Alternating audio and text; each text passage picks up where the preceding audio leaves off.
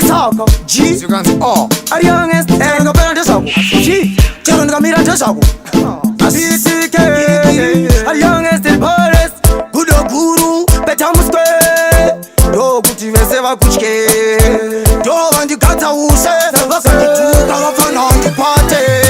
Upenyu don't bullshit Siva zvinhu zvako usati wabaiti Unogona kungo satesta besi Kufurirwa kutuka madhonza muresi Upenyu don't bullshit Siva zvinhu zvako usati wabaiti Unogona kungo satesta besi Kuratidzwa kushauta dhodza muresi Vapana ndovapa mtema Ine ndotyisa kunge ndine chifuno Mushakawana ndituka ndine mkono BTK ndofatsa vasive muno Zvakapinza panditi chete Sekushauta ndiye one chete Vamwe munofa nezhara chete Kutuka girineti ngoma ndiri chete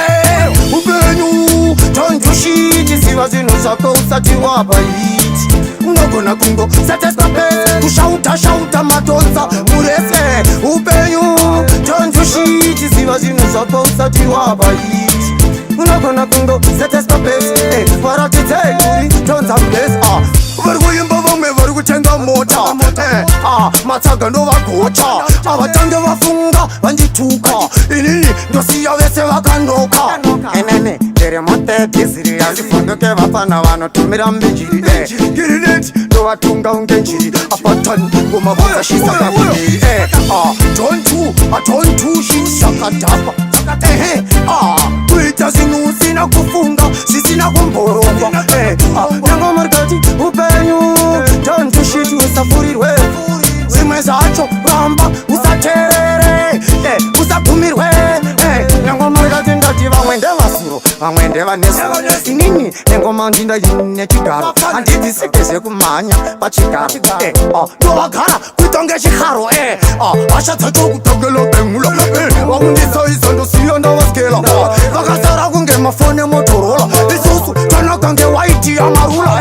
Upenyu vapana ndovakura kundidena Manje avambondigona ndakavasona Upenyu don't bullshit Siva zvinhu zvako usati wabaiti Unogona kungo satesta besi Kufurirwa kutuka madhonza muresi Upenyu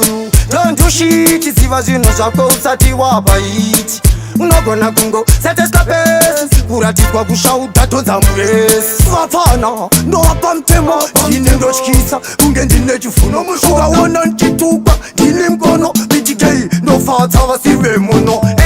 Zvakapinza panditi chete Sekushauta ndiye one chete Vamwe munofa nezhara chete Kutuka girineti ngoma ndiri chete Upenyu don't bullshit Siva zvinhu zvako usati wabaiti Unogona kungo satesta besi Kushauta madhonza murese Upenyu don't bullshit Siva zvinhu zvako usati wabaiti Unogona kungo satesta besi Varatidzei dhonza murese Vari kuimba vamwe vari kutenga mota Matsaga ndovagota Avatange vafunga vandituka Inini